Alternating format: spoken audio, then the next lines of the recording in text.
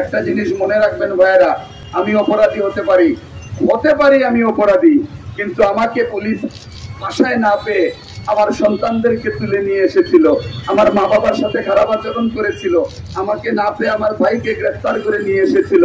সংস্কৃতি কর্মীদেরকে গ্রেফতার করে অপসংস্কৃতির নামে বিভিন্ন ধরনের মিথ্যা মামলা দিয়ে বানোয়াট অভিযোগ দিয়ে তাদেরকে দিনের পর দিন কারাগারে নিক্ষেপ করা হয়েছিল। আমরা কিন্তু সেই সমস্ত দিনের কথা বলিনি, আমরা ১.৫ দশকের দুঃশাসন যেভাবে ভুলিনি, মনে রাখবেন ভাইয়েরা, আপনাদেরকেও কিন্তু আমরা ভুলিনি। আপনাদের চেহারা আমাদের সামনে জল জল করছে। সুতরাং আজকের এই মানববন্ধন থেকে আমরা একটা মেসেজ দিচ্ছি, আমরা একটা বার্তা পৌঁছে দিচ্ছি সেই সব দুষ্কৃতিকারী সমাজ বিরোধীদের কাছে, আজকের পর থেকে আপনারা সাবধান হয়ে যান, আজকের পর থেকে আপনারা সঠিক পথে পরিচালিত হন, আজকের পর থেকে আপনারা আপনাদের দিক নির্ণয় করেন। কারণ আমরা যেহেতু আপনাদেরকে চিনি, প্রতিটি পরতে পরতে, প্রতিটি রন্ধ্রে রন্ধ্রে, প্রতিটি রক্তবিন্দুতে আপনাদের অপশাসন, আপনাদের দুঃশাসন, আপনাদের নির্যাতন আমাদেরকে কষ্ট দিয়েছে। সুতরাং আমরা আপনাদেরকে ভুলে থাকতে পারি না। যেখানেই আপনাদের দেখা হবে সেখানেই কিন্তু আপনাদেরকে প্রতিহত করা হবে। আজকে মনে রাখবেন, শাহজালাল এবং শাহপরানের এই পবিত্র মাটিতে আজকে সাংবাদিক কর্মীরা, সংস্কৃতি কর্মীরা অন্যায়ের বিরুদ্ধে কথা বলার জন্য একত্রিত হয়েছে। তারা কথা বলবে, তারা প্রতিবাদ জানাবে, তারা প্রতিরোধ করে তুলবে, যতদিন পর্যন্ত অপসংস্কৃতির ধারক এবং বাহকরা এই পবিত্র নগরী থেকে বিতাড়িত না হবে। আমি আরেকটি ছোট্ট কথা বলি, আমাদের প্রশাসনে যারা আছেন, আপনারা চমৎকার কথা বলেন, আপনারা আমাদের আন্দোলনের ফসল, এরকমও আপনাদেরকে আমরা বলতে শুনি, কিন্তু আপনারা খুব ভালোভাবেই জানেন সরকারের কোথায় কে কিভাবে এখনো ওত পেতে আছে।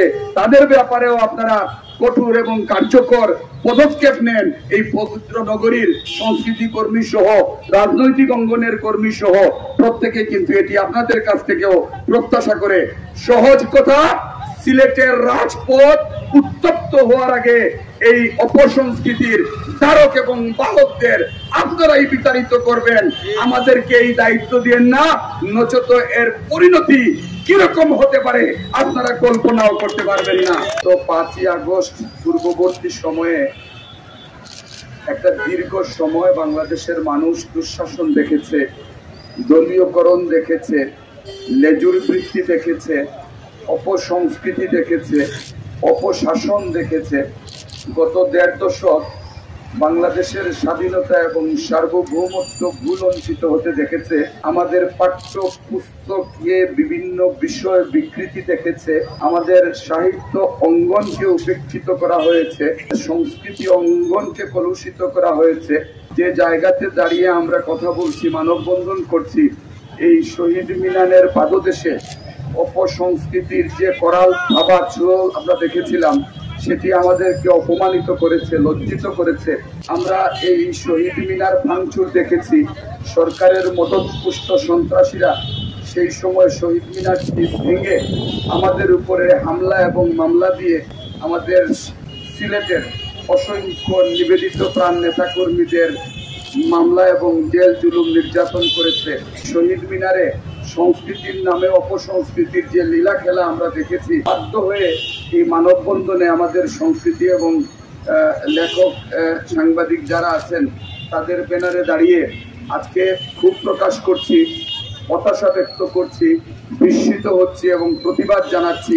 এবং পাশাপাশি দায়িত্বহীন কণ্ঠে এটাই বলতে চাই যে আজকে যে মানববন্ধন আপনারা দেখছেন, এই মানববন্ধন আমাদের করার কথা ছিল না।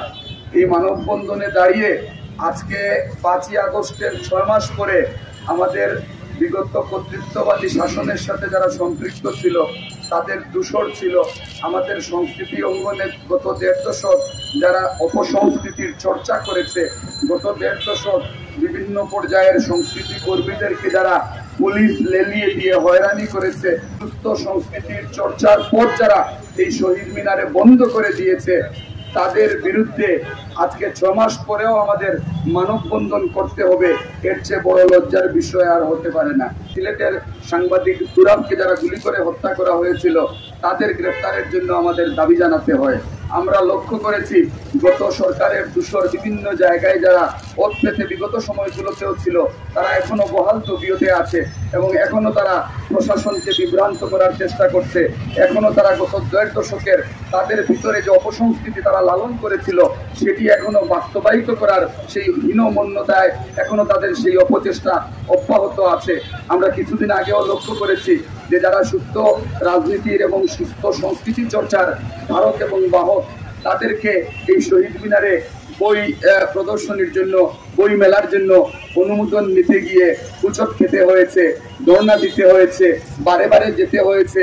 তাদেরকে বোঝানোর চেষ্টা করা হয়েছে যে আমরা সুস্থ রাজনৈতিক চর্চা করি, সুস্থ সাংস্কৃতিক চর্চা করি। আমরা বিগত 1.5 দশক নির্যাতিত ছিলাম, নিপীড়িত ছিলাম, অবহেলিত ছিলাম, অপমানিত ছিলাম। যারা আমাদেরকে দুঃশাসন উপহার দিয়েছিল, যারা আমাদেরকে ডিরেইল করেছিল, যারা আমাদেরকে সমাজ এবং সংস্কৃতি অঙ্গন থেকে বিতাড়িত করার সর্বাত্মক চেষ্টা নিয়েছিল, একটা দীর্ঘ আন্দোলনের মাধ্যমে, ছাত্র গণ অভ্যুত্থানের মাধ্যমে হাজার হাজার মানুষের রক্ত এবং ত্যাগের বিনিময়ে আমরা যে গণতন্ত্র পেয়েছি, যে বাক স্বাধীনতা পেয়েছি, যে ভোটাধিকার পেয়েছি, যে বৈষম্যহীন বাংলাদেশের স্বপ্ন থেকে বাংলাদেশের ছাত্র জনতা রক্ত ঢেলে দিয়েছিল, এখনো সেই প্রেতাত্মারা, সেই দূষররা এখনো বাংলাদেশের বিভিন্ন প্রান্তরে, বিভিন্ন প্রতিষ্ঠানে, বিভিন্ন সাংস্কৃতিক অঙ্গনে এখনো তারা দিক নির্দেশনা দিচ্ছে, তারা ডিকটেট করছে, তারা প্রশাসনকে প্রভাবিত করছে। তাদের বিরুদ্ধে প্রশাসন এখন পর্যন্ত কোনো ব্যবস্থা নেয়নি। আজকে পরিষ্কার ভাষায় আপনাদের উদ্দেশ্যে একটা কথা বলি, যারা অপকর্মের সাথে সম্পৃক্ত ছিল, যারা বইমেলা করতে বাধা দিয়েছিল, যারা আমাদের সংস্কৃতি কর্মীদেরকে বিতাড়িত করার চেষ্টা করেছিল, যারা আমাদের লেখক, কবি, সাহিত্যিকদের বিরুদ্ধে মিথ্যা গায়েবী মামলা দিয়ে দিনের পর দিন, বছরের পর বছর নির্যাতন করেছিল, আমরা কিন্তু তাদেরকে চিনি। আমরা তাদের পরিবার পরিজন, তাদের আত্মীয় স্বজন, তাদের অবস্থান, তাদের কর্মকাণ্ড সম্পর্কে কিন্তু আমরা ওয়াকিবহাল আছি। আমার এই কথাগুলোকে আপনারা ভিন্ন খাতে প্রবাহিত করার চেষ্টা করবেন না। আমরা ত্যক্ত, বিরক্ত, নির্যাতিত, নিপীড়িত হয়ে আজকে এই কথাগুলো বলছি। এই কথাগুলো যখন আমি বলছি, তখন আমার চোখের সামনে আমার সংস্কৃতি কর্মীদের নির্যাতিত চেহারা ভেসে উঠছে। আমি এই কথাগুলো যখন বলছি, তখন আমাদের রাজনৈতিক অঙ্গনের নিরীহ নেতা কর্মীদের বাসায় বাসায় পুলিশি তল্লাশির নামে তাদের বৃদ্ধ মা বাবাকে লাঠিপেটা করার চিত্র আমার চোখের সামনে ভেসে উঠছে।